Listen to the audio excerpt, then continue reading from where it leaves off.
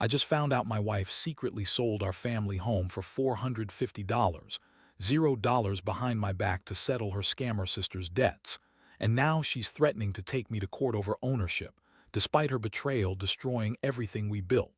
It started with a gut feeling I couldn't shake. Something was off, but I couldn't quite put my finger on it. My wife, Lisa, had always been a bit high maintenance, demanding, bitchy, quick to lie when it suited her. But recently she'd become downright cold and evasive. Little things, missing bills, strange phone calls, late nights she brushed off as work. I figured she was just stressed, maybe having an affair, but I never expected to find out what was really going on. One evening I was cleaning up in the study when I noticed her phone was left open on the table. I normally wouldn't snoop, but something about her behavior that day had me suspicious. I saw a string of texts from someone named Mike, talking about the deal, the house, and meeting tonight. The tone was casual, almost friendly, but there was an undercurrent of secrecy that made my stomach tighten. I scrolled through her messages and saw explicit references. She was planning sex with this guy, talking about how much she missed him when she was away. My heart sank. I knew Lisa was cheating, but seeing it confirmed in her own words was a punch to the gut. I felt an icy numbness spreading through me, and all I could think about was the life we'd built, now shattered in a few lines of text. I confronted her that night. I waited until she was in the bedroom, scrolling through her phone to find her petulant face when I told her I knew everything. At first, "You're crazy," she snapped. "You're just jealous because I've been stressed." But I showed her the messages. Her face twisted, her eyes narrowing with a mixture of anger and contempt. She spun a web of lies, saying Mike was just a friend, that I was paranoid, that she was only talking to him because I was ignoring her. She called me insecure, accused me of snooping because I didn't trust her. But I wasn't buying it. I saw the way she looked at her phone when she thought I wasn't watching, the way her voice changed when she talked to him. It was obvious she'd been lying. The worst part, she had been lying to me for months. I'd noticed her secretive behavior but wanted to believe she was just stressed or busy. Now I knew she'd been sneaking around, cheating on me and lying about everything. The betrayal cut deep, but what made it worse was knowing how she'd been manipulating me, lying about her feelings, about her fidelity, about our life together. As I sat there, stunned and betrayed, I realized that this wasn't just about the affair. It was about trust, honesty, and respect. Lisa had been hiding so much, and I'd been blind to it. I felt a mix of anger, sadness, and a strange sense of clarity. I knew I had to do something, but I wasn't sure what yet. All I knew was that my world was falling apart, and I was left to pick up the pieces of a life I thought I knew. The next few days were a blur. After confronting Lisa, I couldn't eat, sleep, or focus on anything else. Every time I closed my eyes, I saw her face, her sneering denial, and the texts from Mike. It was like a punch to my chest every time I thought about how she'd been lying to me all this time. I kept replaying the moment I found the messages, wishing I could undo it, wishing I hadn't seen. But I knew I couldn't unsee what I'd seen. I started digging deeper, trying to get a clearer picture of how long this had been going on. I found out that she'd been secretly meeting Mike for months. There were receipts, hotel bills, late-night charges, and even a few pictures she'd taken with him, which she'd stupidly left on her phone. I felt sick every time I looked at them, knowing she'd been lying right in front of me while she was with him. The most shocking part, I also discovered she'd been secretly selling our house. I found out from a lawyer friend I called in desperation, after stumbling upon some hidden emails. Lisa had sold our family home for $450, $0 behind my back, claiming she needed to settle her sister's debts. She said her sister was in some scammer mess, and she had to do what she had to do, even if it meant destroying everything we built. I couldn't believe what I was hearing. Our home, our life sold without my knowledge or consent. When I confronted her about the sale, Lisa's reaction was nothing short of cold. She shrugged and told me it was none of my business, that the house was just stuff, and that I should focus on fixing our problems instead of digging into her business. She lied again, claiming she'd only done it because she was desperate, and that I should be grateful she was trying to help her sister. But I knew better. I knew she'd been planning this for a while, secretly cashing out our future for her own selfish reasons. What made it worse was her attitude. She kept insisting I was overreacting, that I was being paranoid, that I was blowing everything out of proportion. She told me I was insecure, that I didn't trust her, and that I was just making a scene. Meanwhile, she was lying to my face about everything: her affair, the house, her sister's debts.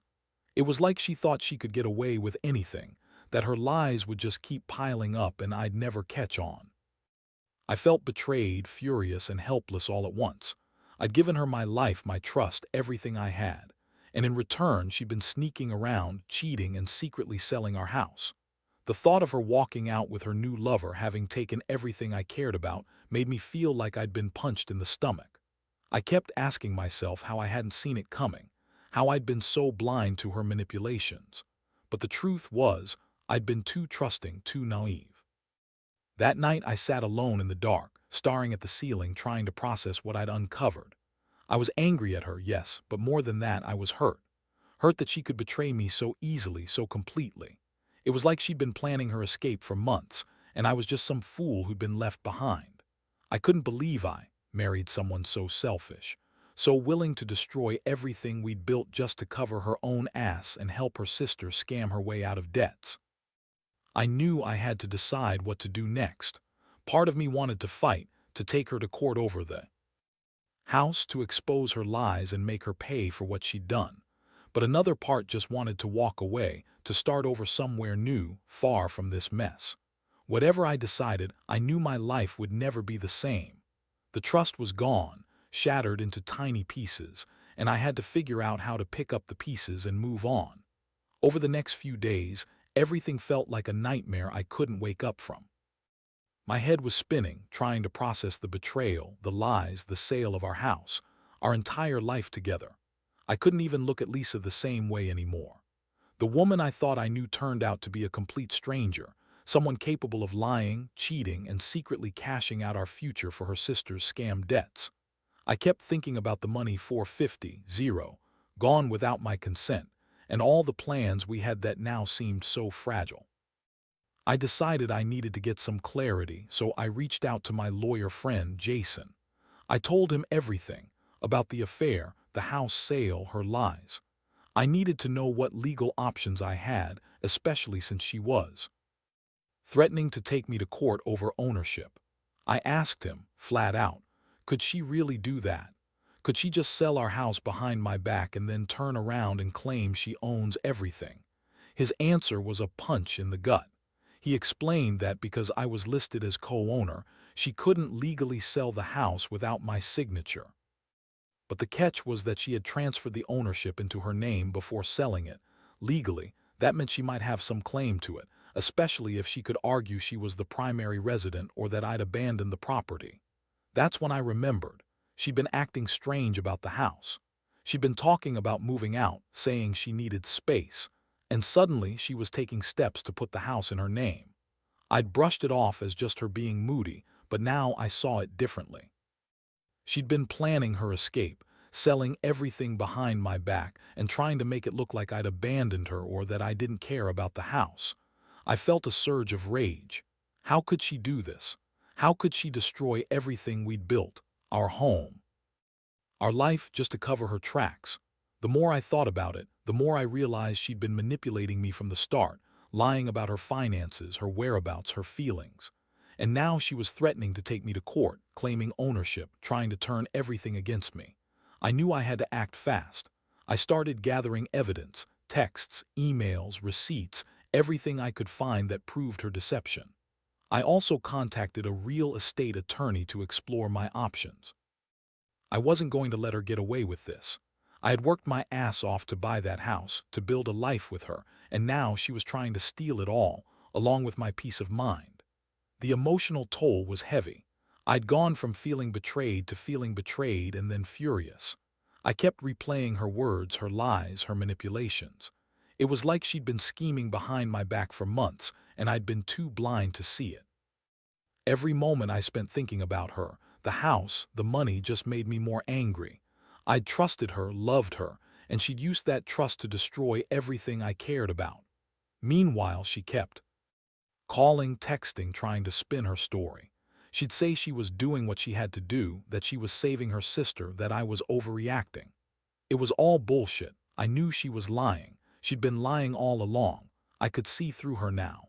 All her bitchy attitude, her dismissiveness, she was just trying to cover her tracks, trying to keep the money and the house, trying to keep her affair a secret.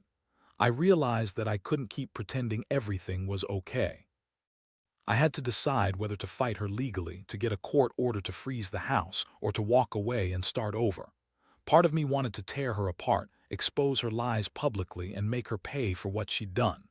But another part just wanted to disappear, to leave this whole nightmare behind. Either way, I knew I couldn't trust her anymore. She'd proven that she was capable of anything, lying, cheating, stealing, and I was done being naive. That night I sat alone in the living room, staring at the empty walls of what used to be our home. I felt hollow. I thought about everything I'd lost: the trust, the future, the house, the marriage. I wondered if I'd ever feel normal again. The only thing I knew for sure was that I had to fight for what was right, even if it meant losing her completely. Because if I didn't, I'd just be handing her the victory, and I refused to let her walk all over me anymore. The days that followed were a whirlwind. I threw myself into action, trying to piece together the full scope of her deception. I hired a private investigator to dig into her recent activities, hoping to find more concrete evidence of her betrayal and her plans. Meanwhile, I kept gathering all the financial documents I could find: bank statements, emails, anything that would support my case if it ever went to court. Lisa, of course, kept up her act. She called me every day, trying to guilt-trip me, insisting she was only doing what she thought was best, that I was overreacting. She called me insecure, jealous, and accused me of trying to control her. The more she talked, the more I saw her true colors shining through. She was a master manipulator, twisting facts, twisting the truth to fit her narrative. She'd even tell me I was crazy for suspecting her, that I was making things worse. But I knew better. I'd seen her texts, her plans, her lies. I wasn't crazy. I was just finally seeing her for what she really was. I also discovered something disturbing. She'd secretly transferred the title of the house into her name before selling it. I found out she'd used a fake signature on the paperwork, and she'd arranged for a quick sale to her friend Mark, who bought it for a fraction of its value. I was furious. She'd been planning this for months, maybe longer. She'd been willing to destroy our life, cheat on me, and lie outright just to get her hands on the money and escape. I confronted her about it. She everything, of course. Said she was just trying to do what was best for her sister, that I was overreacting, and that I was paranoid. But I had proof now: screenshots, emails, witnesses. Her story was falling apart. I knew I couldn't let her get away with this. I had to take legal action. I contacted a lawyer, explained everything, and began the process of freezing the sale and challenging her ownership claim. Meanwhile, I also found out she'd been secretly seeing Mike during all this chaos. I'd seen her phone, her secret messages, her late-night calls. It was clear she'd been lying to me about everything: her affair, her plans, her entire life. I felt sick thinking about how she'd been cheating on me, lying to my face, and now trying to steal from us both. The emotional impact was overwhelming. I felt betrayed, angry, devastated.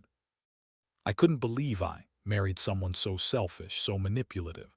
I questioned everything. Was I ever really happy? Did I ever really know her? Or was I just fooling myself? The trust I'd built over years was shattered, and I didn't know if I could ever rebuild it. But I also knew I couldn't let her win. I was determined to fight back, to protect what was left of my life. I hired a forensic accountant to review her financial activities, to see if she'd hidden any other assets. I wanted to make sure she didn't get away with anything else. I was ready to go to court if I had to prove that she'd betrayed me, cheated, and stolen from us. That night I sat alone in the dark again, feeling hollow but resolute. I realized I'd been a fool for trusting her so blindly. But now I was finally seeing her true face: greedy, manipulative, willing to destroy everything for her own benefit. And I was done being her victim. I was going to fight for what was right, even if it meant losing her forever. Because I knew deep down I deserved better than someone who would betray me, sell our house, and lie to my face every step of the way. The legal process moved faster than I expected, probably because Lisa's lies and the evidence I gathered painted a pretty clear picture of her betrayal. The court hearings were brutal. She showed up, all bitchy and dismissive, trying to spin her story, saying she was just trying to help her sister, that I was controlling, that I'd abandoned her emotionally. But I had the proof: the emails, the fake signatures, the hidden sale documents. The judge saw right through her lies. During the court sessions, I learned that she had transferred the house into her name just days before selling it. She'd used a fake signature, manipulated the paperwork, and arranged for Mark to buy it at a fraction of its worth. She was trying to make it look like I'd abandoned her, that she was the rightful owner. But I had the legal evidence to prove she'd forged my signature and lied about her ownership. The court issued an order to freeze the sale and declared the transfer invalid. Meanwhile, I also discovered that Lisa had been hiding more assets, bank accounts, investments, even some cash she'd squirreled away. My forensic accountant uncovered a web of financial deception. She'd been planning her escape for months, maybe longer, systematically stripping us of everything. The betrayal cut deep. I felt like I'd been hit by a truck. All those years, all that trust, gone in a matter of weeks. The showdown with Lisa was intense. She was furious, calling me every name in the book, accusing me of ruining her life, of being the bad guy. She tried to manipulate the court, claiming I was abusive and controlling. But I had witnesses, friends who knew her, who saw her lying and sneaking around. I had the evidence to back up everything. The judge was convinced by her lies. He ordered her to return the house, and she was ordered to pay back the money she'd taken from the sale. The real blow came when she tried to threaten me with court over custody of some of our joint assets and even the dog. She insisted I was trying to keep everything from her, that she deserved her share. But I stood my ground. I told her she'd lost everything: her lies, her betrayal, her greed, and that she'd have to face the consequences. The court ruled in my favor, and she was ordered to pay damages for her fraudulent activities. The aftermath was a mess. I moved out of the house, which was now frozen in legal limbo. I felt relief, but also a deep sense of loss. I'd lost my marriage, my home, my trust, everything I thought was real. I started over, renting a small place, trying to piece my life back together. The hurt was still there, but I knew I was stronger than her lies. Looking back, I realize how I was to think love and trust could protect me from someone so selfish. Lisa's betrayal taught me a brutal lesson about the importance of being cautious, about watching for signs of greed and manipulation. I wish I'd seen it sooner, but I guess sometimes you have to hit rock bottom to realize what really matters. I hope others out there learn from my story. Don't ignore the warning signs, and never let anyone steal your peace or your future. Because in the end, the truth always comes out, even if it hurts like hell. Now, sitting here reflecting on everything that's happened, I realize how much this experience has changed me. I used to believe in loyalty, in honesty, in the idea that if you loved someone, they'd never betray you like this. But Lisa proved me wrong. She was willing to lie, cheat, steal, and even destroy our future just to cover her own ass and help her sister scam her way out of debt. It's a hard lesson, but one I needed to learn. I've come to understand that trust isn't something you can take for granted. It's earned every day, and once it's broken, it's almost impossible to fully repair. I thought I knew my wife, my partner in life. Turns out, I was blind to how manipulative she could be, how she could lie so easily, so convincingly. It's like discovering your whole life has been built on a house of cards, and suddenly everything collapses. The financial betrayal hit me the hardest. Losing the house, our home, was like losing a part of myself. That house wasn't just bricks and mortar. It was the memories, the future we'd planned, the life we'd built together. Seeing her sell it behind my back, knowing she'd taken the money and lied to my face, was a brutal wake-up call.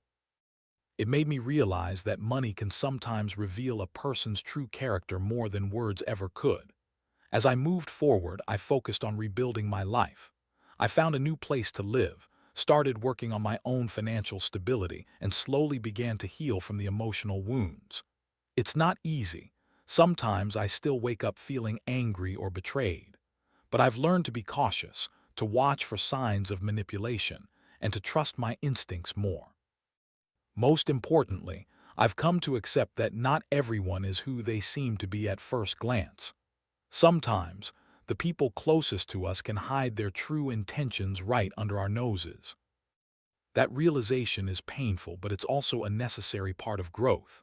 I don't hold on to anger anymore, just a resolve to be smarter, more cautious, and to never let anyone take advantage of me again. In the end, I'm grateful I found out when I did. It was a brutal, painful lesson, but one that's made me stronger. I know now that I can survive betrayal, that I can pick myself up and move on, even when everything feels broken. My advice to anyone out there going through something similar: trust is fragile. Protect your heart, protect your assets, and don't ignore the warning signs.